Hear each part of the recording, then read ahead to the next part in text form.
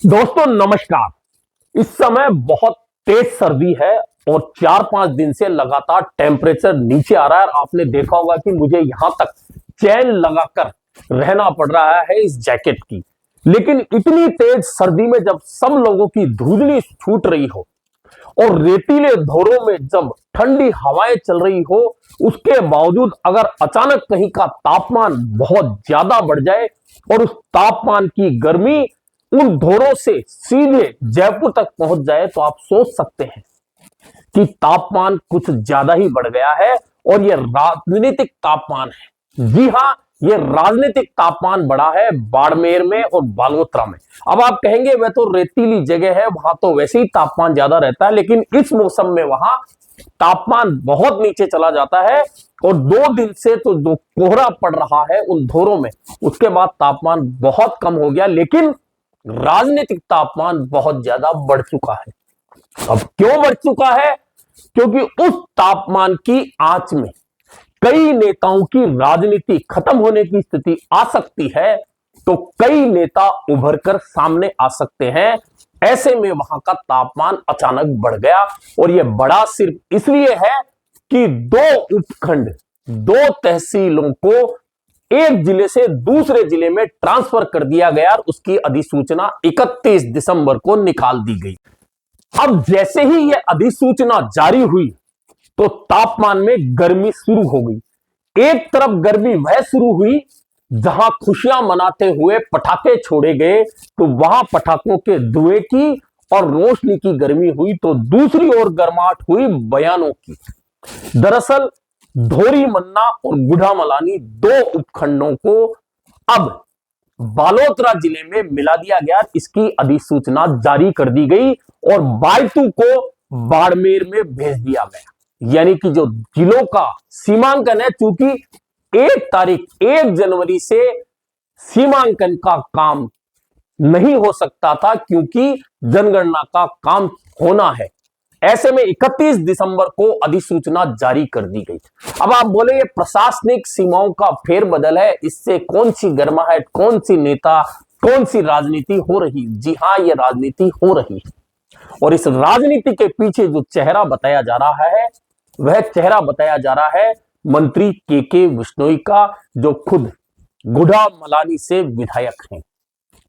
वहीं धोरी मन्ना को भी मिलाया गया है, लेकिन अब लोगों का विरोध तो इस बात को लेकर है कि धोरी मन्ना से अब जो जिला मुख्यालय है उसकी दूरी बढ़कर 125 किलोमीटर हो जाएगी, जो पहले 60 किलोमीटर थी जब वह बाड़मेर में शामिल थी। यानी कि इस बात का विरोध तो आम जनता करेगी। लेकिन राजनीतिक विरोध की बात करें तो कांग्रेस के नेताओं ने इस बात का विरोध किया है। और विरोध करने का कारण क्या है, यह सुन लीजिए कि इस बदलाव से हरीश चौधरी की राजनीति बुरी तरह से प्रभावित होने वाली है। हेमाराम चौधरी की राजनीति भी प्रभावित होगी, लेकिन हेमाराम चौधरी क्योंकि राजनीतिक रूप से संन्यास ले चुके हैं, लेकिन जैसे ही यह अधिसूचना जारी हुई है, हेमाराम चौधरी ने भी बाकायदा सोशल मीडिया पर विरोध करते हुए एक लंबा चौड़ा खर्रा लिख दिया। हरीश चौधरी विरोध कर रहे हैं और सांसद उम्मेदाराम बेनीवाल ने भी विरोध किया है उपखंडों को बदलाव करने के बाद। अब यह सारा जो बताया जा रहा है बदलाव, इसमें के बिश्नोई क्योंकि मंत्री हैं, थार से वे आते हैं और इस समय सरकार में उनकी इस मामले में चल भी रही है। उन्होंने इस मामले को लेकर वीटो भी लगाया और उस वीटो का इस्तेमाल करते हुए इन दोनों उपखंडों को बालोतरा में शामिल करवा दिया। अब बालोतरा वह जिला है जो रिफाइनरी लगने के बाद, आप सोच सकते हैं जिस जिले में रिफाइनरी लगेगी वह मालामाल होगा, क्योंकि वहां रोजगार बढ़ेगा, वहां संसाधन बढ़ेंगे, सरकार की सुविधाएं बढ़ेंगी। ऐसे में बालोतरा रिच हो जाएगा। और ये जो दोनों उपखंड मिले हैं, इनको फायदा तो मिलेगा, लेकिन चूंकि धोरी मन्ना की दूरी बालोतरा से 125 किलोमीटर हो जाएगी, यह एक परेशानी का कारण बनेगा। अब आप राजनीतिक रूप से बात करें तो कहा जा रहा है कि एक पूर्व मंत्री जो केंद्रीय मंत्री है, सीधे सीधे नाम ले देते हैं कैलाश चौधरी, और इधर राज्य सरकार के मंत्री है के बिश्नोई, इन दोनों ने मिलकर यह सारा जो बदलाव है इसमें भूमिका निभाई है। कहा जा रहा है कि भूमिका के बाद में कैलाश चौधरी जहां खुद के लिए बाड़मेर लोकसभा क्षेत्र को सुरक्षित मान रहे हैं, वहीं के बिश्नोई ने खुद के लिए विधानसभा पुख्ता करने का काम कर दिया है। और यह इसलिए हो रहा है कि आप जानते हैं कि तहसील जो जिस एरिया में मिलाई जाती है उसके आधार पर ही फिर परिसीमन होता है, क्योंकि परिसीमन जनगणना के बाद में 2027 में प्रस्तावित है। ऐसे में यह बदलाव विधानसभा क्षेत्रों, लोकसभा क्षेत्रों में जब परिसीमन होगा उसमें भी लागू होगा। उसका नफा नुकसान जो राजनीतिक है उस समय देखने को मिलेगा। अब राजनीति अगर हरीश चौधरी की प्रभावित हो रही है तो इसलिए हो रही है कि हरीश चौधरी बायतू से विधायक है, और हरीश चौधरी बायतू से जो 2 बार विधानसभा का चुनाव जीतकर आए, उनका मार्जिन बहुत कम रहा है। बहुत कड़े मुकाबले में उन्हें जीत मिली है, त्रिकोणीय मुकाबलों में जीत मिली है, लेकिन 2 बार जो वे बहुत नजदीकी अंतर से जीते हैं उनमें दूसरे नंबर पर उम्मेदाराम बेनीवाल थे जो आरएलपी से चुनाव लड़ते थे हरीश चौधरी के सामने। लेकिन उम्मेदाराम बेनीवाल को कांग्रेस में लाकर एक कांटा तो उन्होंने निकाला और उम्मेदाराम बेनीवाल को सांसद बना दिया। लेकिन अब परेशानी यह हो गई कि उम्मेदाराम बेनीवाल हरीश चौधरी के साथ खड़े हो जाएंगे बायतू में, लेकिन अब जो उपखंडों का बदलाव हुआ है, बाड़मेर जिले के सीमांकन में बदलाव हुआ है, उसका राजनीतिक नुकसान सीधे सीधे हरीश चौधरी को होने वाला है, जो अंदाजा लगाया जा रहा है।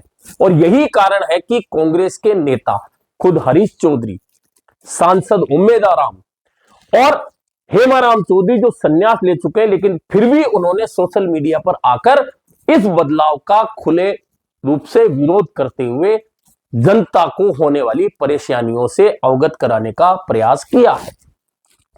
वैसे भी इन दिनों थार की जो राजनीति चल रही है उस राजनीति में ना तो कांग्रेस अछूती है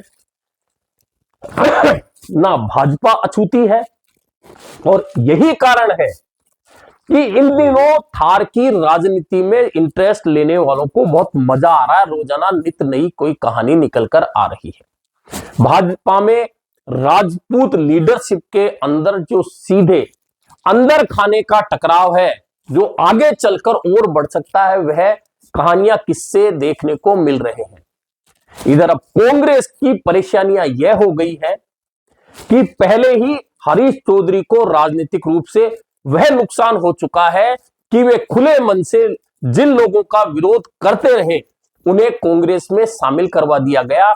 ऐसे में हरीश चौधरी को राजनीतिक रूप से पहले ही नुकसान हो रहा था।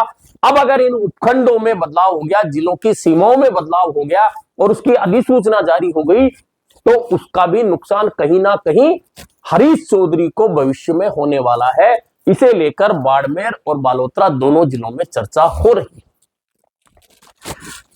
कुल मिलाकर इस पूरे एपिसोड में मंत्री के बिश्नोई और पर्दे के पीछे कहा जा रहा है कैलाश चौधरी का दिमाग चला है, और दोनों ने मिलकर यह पूरी भूमिका बनाई है। कहा जा रहा है कि बालोतरा में धोरी मन्ना और बुढ़ामलानी के मिलने से जहां के बिश्नोई को बुढ़ामलानी विधानसभा में फायदा होगा, यह फायदा नुकसान तो अब 2028 के विधानसभा चुनाव में देखने को मिलेगा। लेकिन फिलहाल धोरों की राजनीतिक गर्मी जो बढ़ी है, कहा जा रहा है कि उस गर्मी में अब कांग्रेस के नेता विरोध पर खड़े हैं, तो भाजपा के नेता स्वागत सत्कार का दौर शुरू करवा चुके हैं।